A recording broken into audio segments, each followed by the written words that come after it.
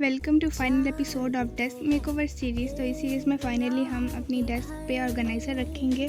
और इतने दिन टाइम से मेरी वीडियो इसलिए नहीं आ रही थी क्योंकि मेरे स्कूल खुल चुके हैं और एग्ज़ाम्स आने वाले हैं, जिसकी वजह से मुझे टाइम ही नहीं मिलता कि मैं वीडियो बनाऊँ।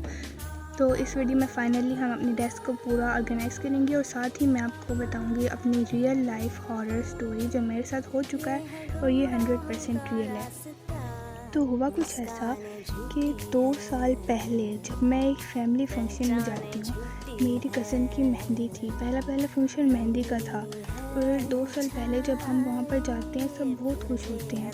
जैसे ही उनका जो फंक्शन था वो गार्डन में अरेंज किया जाता है। उनके घर के अंदर ही उनका बहुत बड़ा गार्डन होता है। उस गार्डन के अंदर उनका फंक्शन अरेंज होता है। एक दरवाज़ा होता है, उस दरवाजे से हम जैसे जाते हैं तो गार्डन स्टार्ट हो जाता है। वो गार्डन बहुत बड़ा होता है। हम जाते हैं, पहले हम गार्डन में नहीं जाते क्योंकि वहाँ पर सब मेहमान बैठे हुए होते हैं। हम पहले जाते हैं रूम में, और रूम में जाकर हम जो ज्वेलरी पहनी नहीं थी हमने, जो रह गई थी क्योंकि लेट हो रहा था, वो ज्वेलरी पहनने लगते हैं। अभी हम ठहर कर बातें ही कर रहे होते हैं कि रूम में एक अजीब सी स्मेल फैलने लग जाती है।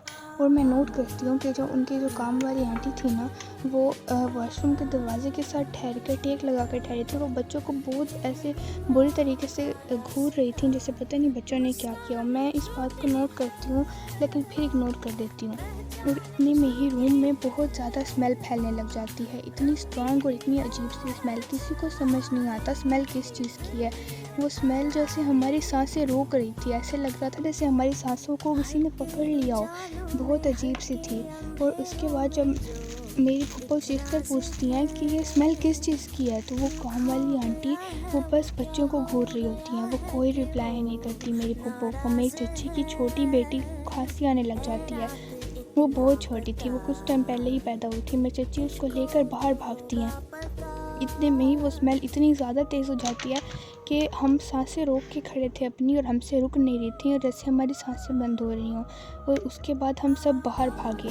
जैसे ही हम बाहर भागे तो मेरे बड़े कज़न आए और उन्होंने वो भाग कर वाशरूम में देखा तो वाशरूम में सारा तेज़ाब गिरा हुआ था। उन्होंने आंटी से पूछा ये क्या किया है आपने वाशरूम में? तो आंटी ने बोला मैं तो वाशरूम धो रही थी। तो सबको बहुत अजीब सा, मुझे बहुत ज़्यादा अजीब सा फील हुआ। सब ने बोला कि पता नहीं आंटी को क्या हो गया, बता क्यों नहीं रही थी। इतने में ही बस हम सब बाहर सब गार्डन में जाने लगे बाहर। तो जैसे ही सब गार्डन में जा रहे थे ना, सबसे पीछे मैं थी। तो मैंने मुड़कर देखा तो पीछे कोई नहीं था, लेकिन सब अभी गार्डन में नहीं गए थे। जैसे ही सब गार्डन में चले गए और पीछे मैं एंड पर रह गई, मेरे साथ कोई नहीं था, पूरा घर अकेला पड़ा था, सब जा चुके थे। इतने में ही मुझे अपने पीछे कुछ अजीब सा फील हुआ। मैंने मुड़कर देखा तो वो आंटी थी। वो आंटी मुझे पूरी तरीके से जैसे बच्चों को घूर रही थी ना, उसी तरीके से मुझे भी घूर रही थी। और आंटी को जैसे मैंने देखा, वो आंटी मुझे देखकर हंसने लग गई। मैं बहुत डर गई, मुझे बहुत अजीब सा फील हुआ कि ये आंटी मुझे ऐसे क्यों देख रही हैं। उसके बाद मैं गार्डन में जल्दी से चली गई। जैसे ही मैं गार्डन में एंटर हुई, मेरी कज़न मेरे पास आने लगी, भाग कर आई और उसने मुझे कोई स्टोरी सुनाने लगी। वो स्टोरी बहुत अजीब सी थी, मुझे समझ नहीं आ रहा था वो क्या कह रही है।